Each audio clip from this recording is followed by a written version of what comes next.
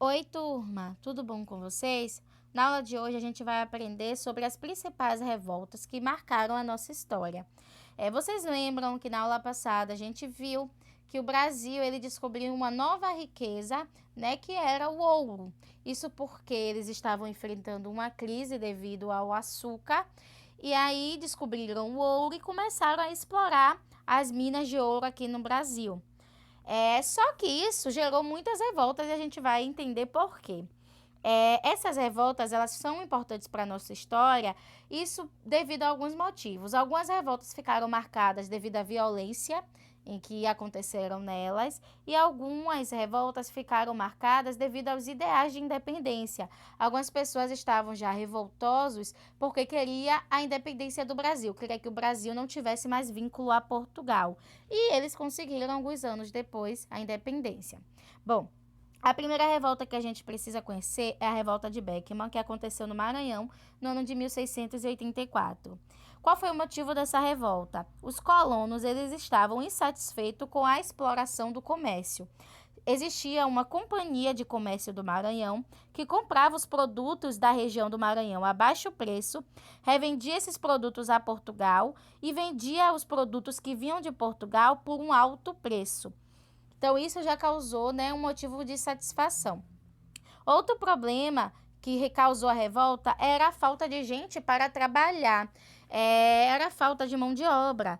Portugal, os portugueses, havia feito um acordo com os colonos. Eles disseram que ia mandar por ano 500 escravos para trabalhar, mas nunca cumpriram esse acordo. E aí os colonos tinham que escravizar os indígenas. Então, isso também causou essa insatisfação e a revolta.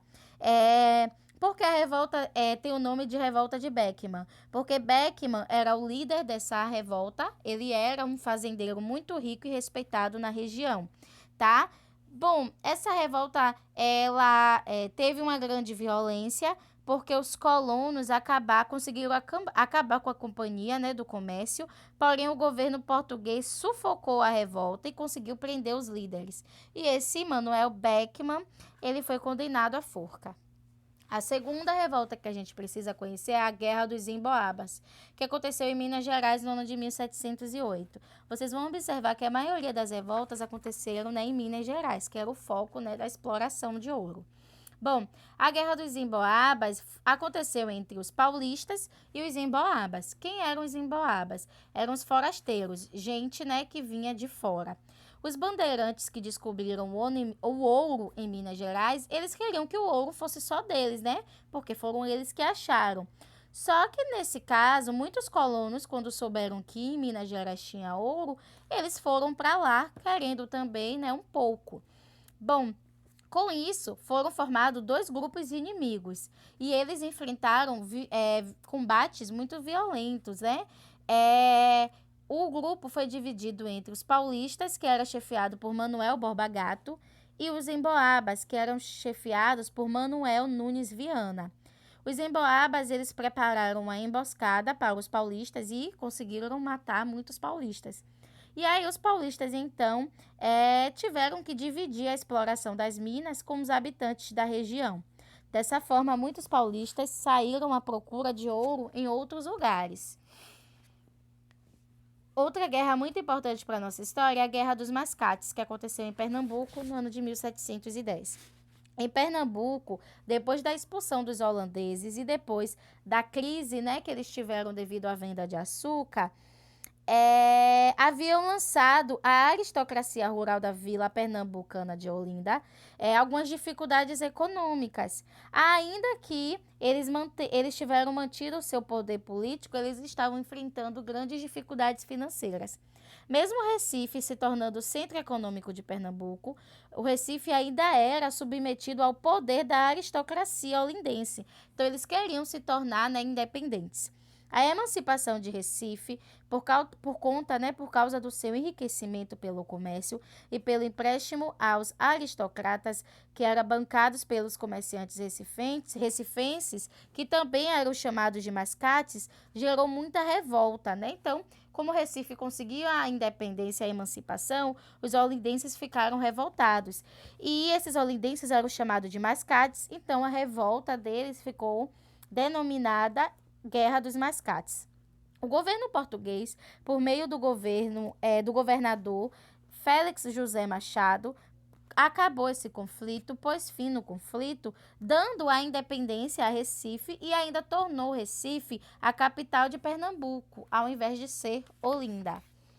Outra revolta super importante é a revolta de Filipe dos Santos, que aconteceu em Minas Gerais no ano de 1720. Essa revolta aconteceu em Vila Rica, na atual cidade de Ouro Preto.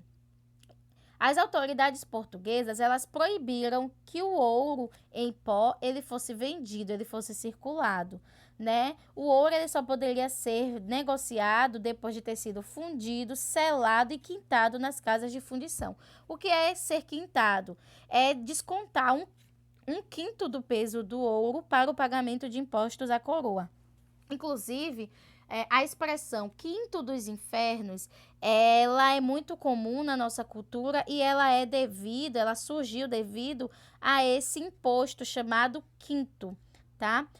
Os mineiros, que eram as pessoas que trabalhavam, né, nas casas de fundição, eram chefiados por Filipe dos Santos. Eles se revoltaram e exigiram que o governador mandasse fechar as casas de fundição e diminuísse os impostos.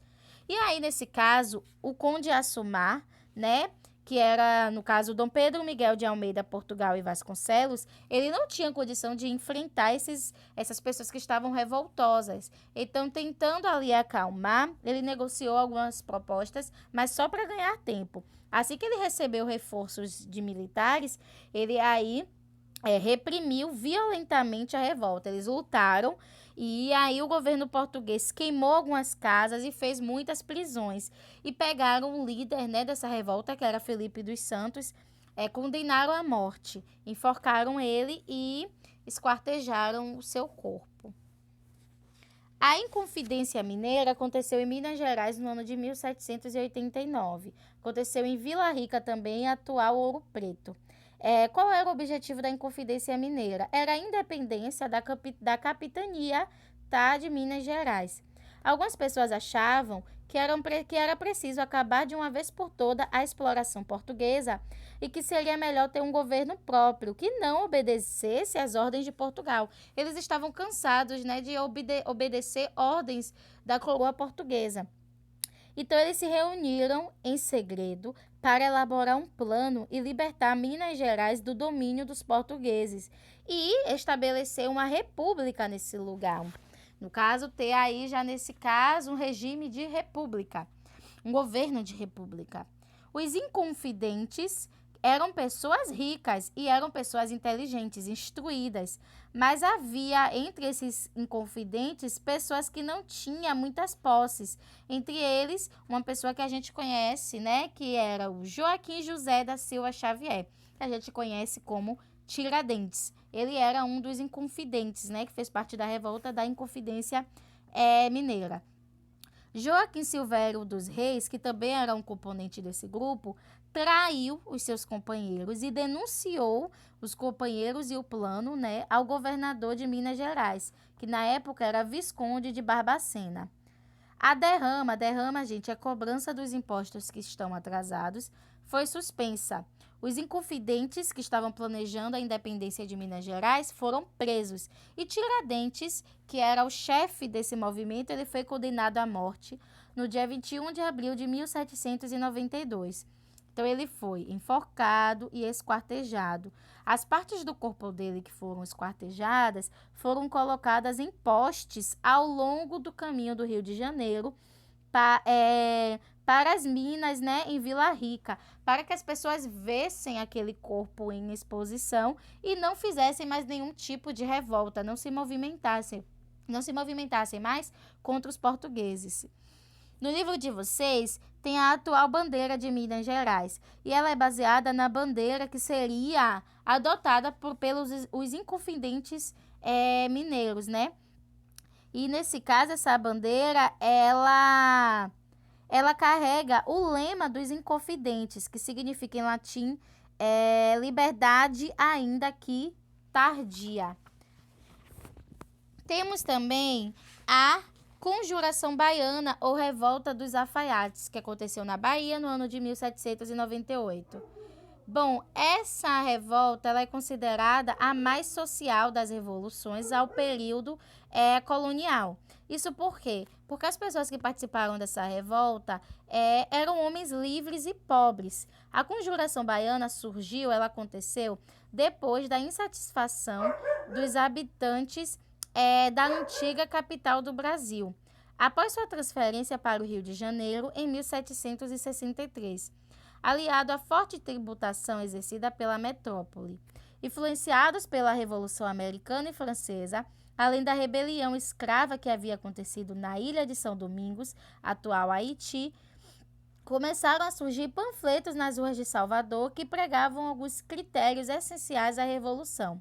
Quais seriam os critérios? Libertar a colônia de Portugal e transformar o Brasil em república, acabar com a escravidão, melhorar as condições de vida para as pessoas mais pobres, aumentar o soldo dos soldados. Os principais líderes dessa conjuração baiana foram os soldados Lucas Dantas e Luiz Gonzaga das Virgens e os alfaiates Manuel Faustino dos Santos Lira e João de Deus, razão pela qual a Revolução da Bahia também é conhecida como Revolta dos Alfaiates. Mais uma vez, um traidor acabou contando ao governador a hora e o local em que iriam fazer essa reunião e a revolta foi descoberta. Muitos revoltosos conseguiram fugir e outros foram expulsos do país, e 4 revoltosos foram condenados à morte. As autoridades portuguesas aplicaram penas mais duras nos membros mais pobres do movimento, enquanto as penas mais leves foram para os membros mais ricos. Os 4 líderes, que a gente pode ver nessa imagem, eles foram condenados à morte.